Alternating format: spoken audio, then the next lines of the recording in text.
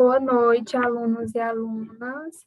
Sejam bem-vindas e bem-vindos a mais uma aula sobre citologia. E hoje nosso foco vai ser a membrana plasmática. Espero que vocês gostem da aula. Qualquer dúvida, vocês podem estar colocando nos comentários, ok?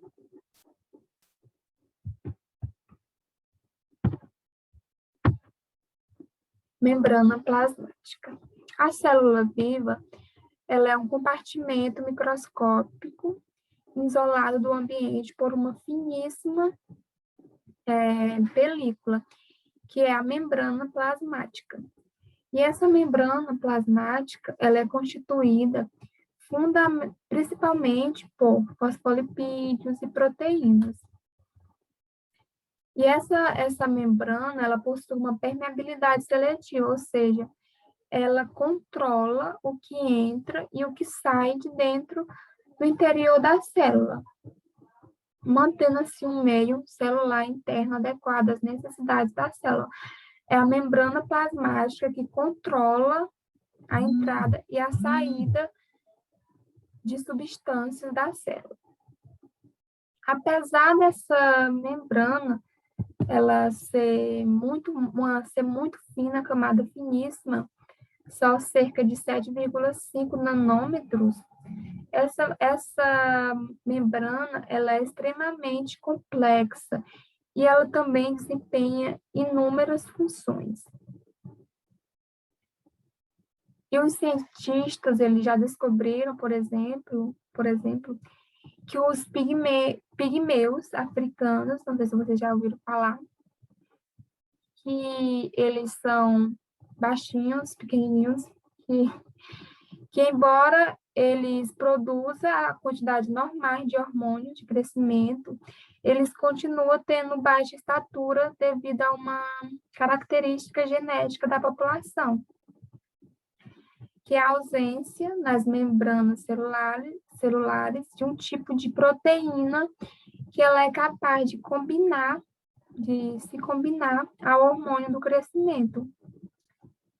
Outro exemplo também de que a membrana plasmática é super importante, de super importância, é na diabetes mellitus, na qual a pessoa afetada, ela tem altos índices de glicose no sangue.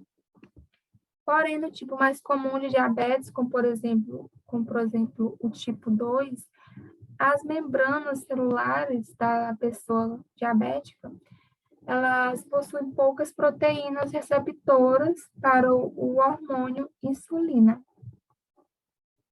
que é ele que dá o sinal para as células absorverem glicose.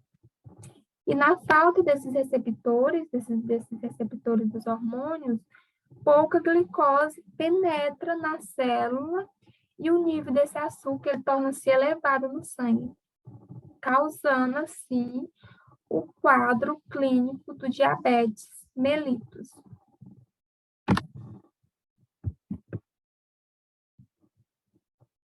Organização molecular da membrana. Como eu já tinha falado anteriormente, né, os fosfolipídios e as proteínas são os componentes mais abundantes na membrana plasmática. E as proteínas que são encontradas na membrana, elas podem ser chamadas de periféricas ou integrais. As proteínas periféricas, elas são aquelas que elas não atravessam a membrana plasmática e elas estão indiretamente ligadas a ela. Já as integrais, elas encontram-se inseridas na camada lipídica com a utilização de alguns reagentes. É possível extrair facilmente essa proteína periférica da membrana, diferentemente das integrais, que só elas são liberadas pelo rompimento da bicamada lipídica.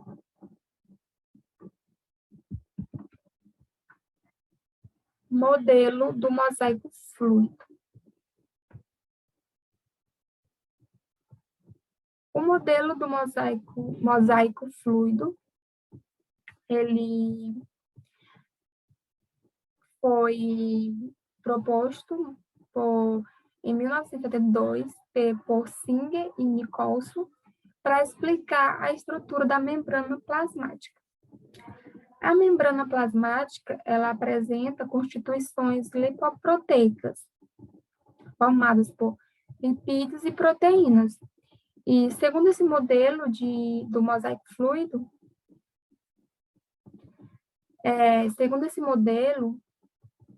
a membrana ela é formada por uma bicamada fosfolipídica, onde as proteínas elas se distribuem.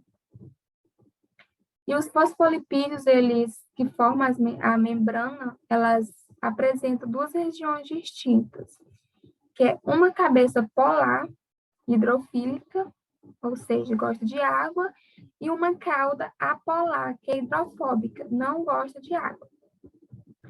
Eles se organizam de modo que a cabeça ela fique voltada para a superfície aquosa, já que ela é hidrofílica, e a parte hidrofóbica, que é a cauda, para o interior da dupla camada.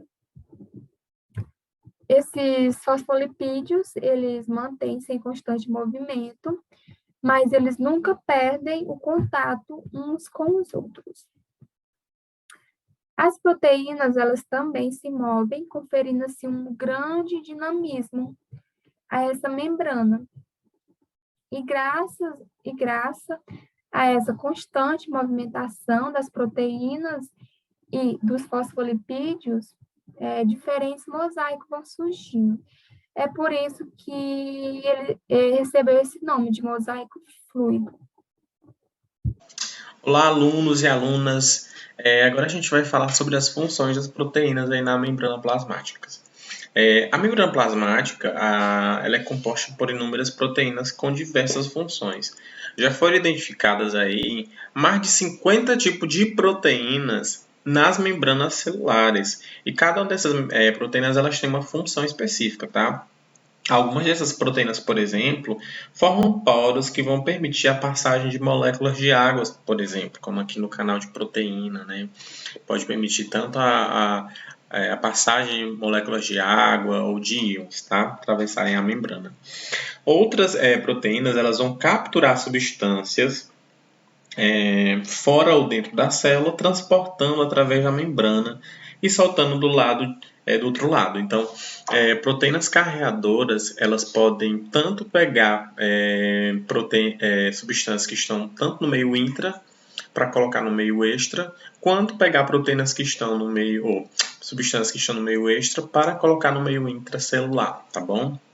E ainda existem também proteínas que vão fazer o reconhecimento de certas substâncias, alertando a presença dessa substância, fazendo com que a célula seja estimulada a reagir a essa substância.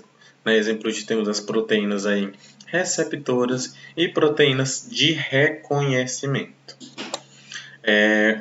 A membrana plasmática ela é de fundamental importância para a vida, tá? Como a gente já tem ouvido desde o início dos nossos estudos sobre citologia, uma vez que ela vai delimitar o espaço interno da célula, isolando ela do ambiente ao redor. Então, vocês podem perceber que é a membrana plasmática e nós temos um meio intracelular e um meio extracelular. Tá? Nunca esqueçam desses duas nomenclaturas, meio extracelular e meio intracelular.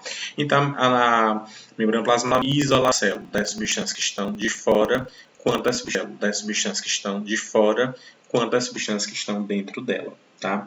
E esse isolamento ele não pode ser absoluto. Tá? Aí você pergunta, mas por que, Emerson? Para que a célula consiga para que ela consiga viver, né, ela precisa permitir a entrada de certas substâncias que elas são úteis para o bom desenvolvimento da célula, como moléculas de água, como moléculas de oxigênio e também alimentos e entre outras substâncias que vão fazer a manutenção dessa célula, tá? São essas substâncias que estão presentes no meio intracelular. Mas além de entrada, né, de alguma substância, a célula também, o meio, né, celular, ele vai fazer a saída de substâncias que não são mais, não tem mais importância, tá, para ela, como o gás carbônico, porque a célula ela só precisa do oxigênio para manutenção e ela vai liberar o gás carbônico, ele não é essencial para o meio celular.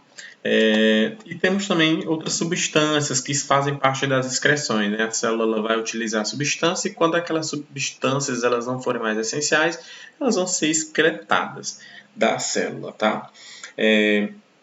Pelo fato da célula permitir essa passagem de certa substância e não de outras, diz que a membrana plasmática ela é semipermeável ou que ela tem uma permeabilidade seletiva. Não esqueçam desses termos, tá? Que a membrana plasmática ela é semipermeável ou permeabilidade seletiva. Por quê, Emerson? Porque ela permite aí a entrada da substância que ela achar que é essencial.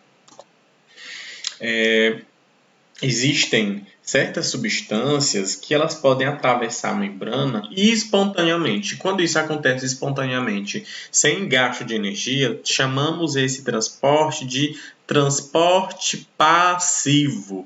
E esse transporte passivo ele pode acontecer por dois tipos de transporte, né? Por difusão simples, esse primeiro exemplo, que é o que a gente vai falar mais à frente, e por difusão facilitada. Então, nós temos aqui a membrana plasmática, e aí nós temos o meio extra e o meio intracelular. E aí, por difusão simples ou facilitada, essas substâncias elas vão passar pela célula, tá? E a gente vai entender um pouco mais à frente. Mas a gente também vê outro tipo de transporte, que a célula é capaz de absorver ou expulsar várias substâncias, bombeando para dentro ou para fora da célula, gastando energia, tá? Então, alguns íons, como a gente pode ver aqui, íons de sódio e potássio, eles estão sendo colocados tanto para dentro quanto para fora da célula. E para que isso aconteça, uma bomba, né, uma proteína específica, ela precisa gastar energia, a célula, para poder colocar essas substâncias para fora. Porque imagina, colocar uma substância para fora, ela vai precisar gastar energia. Então, ela quebra a molécula de ATP para poder fazer esse carreamento, tanto de dentro quanto de fora da célula, tá bom? E aí a gente vai entrar agora nos estudos sobre o transporte passivo, como eu já havia mencionado para vocês, tá bom? Muitas substâncias, elas entram e saem da célula espontaneamente, como a gente já havia mencionado, pelo processo chamado de difusão simples. A difusão simples ela é explicada pelo fato de que todas as partículas materiais, no caso os átomos, moléculas, íons e entre outros, eles vão estar em constante movimento aí dentro da célula e fora dela.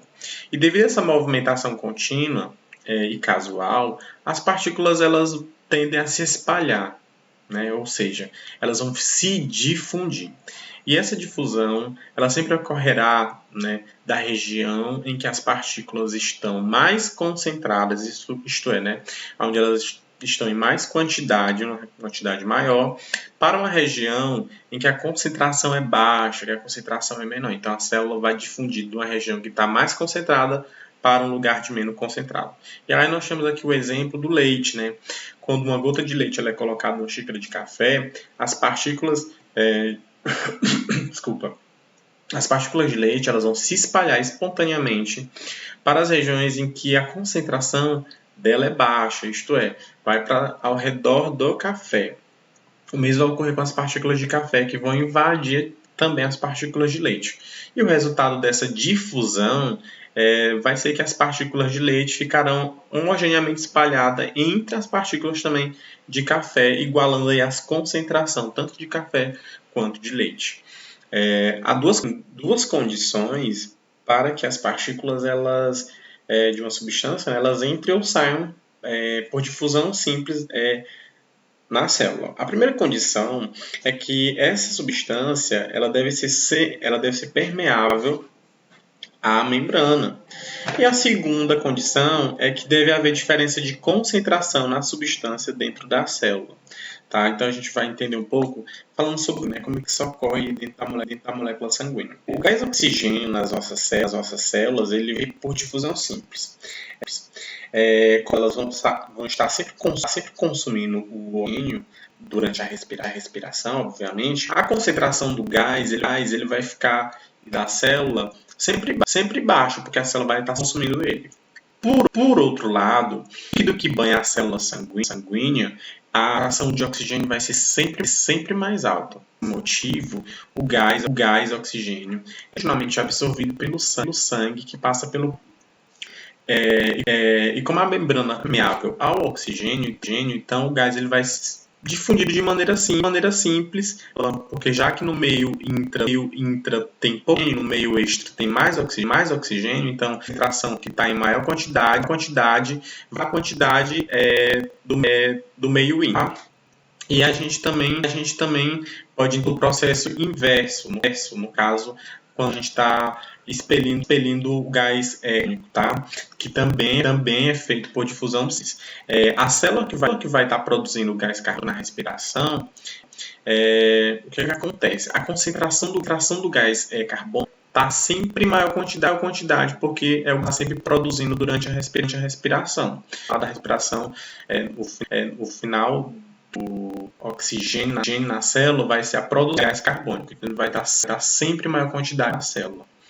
Por outro lado, no meio externo, a quantidade vai ser menor.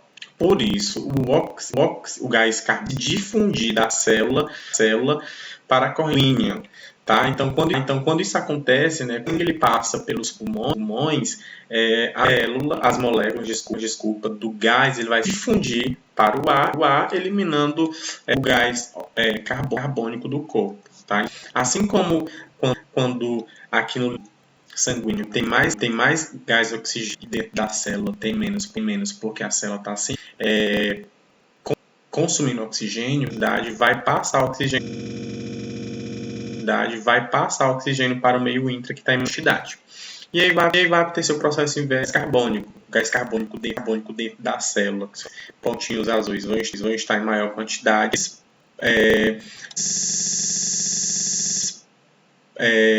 Que no caso que extra tem em menor quantidade. Então, a quantidade do meio extra com meio intra, o que está em maior quantidade vai sair para onde está a quantidade.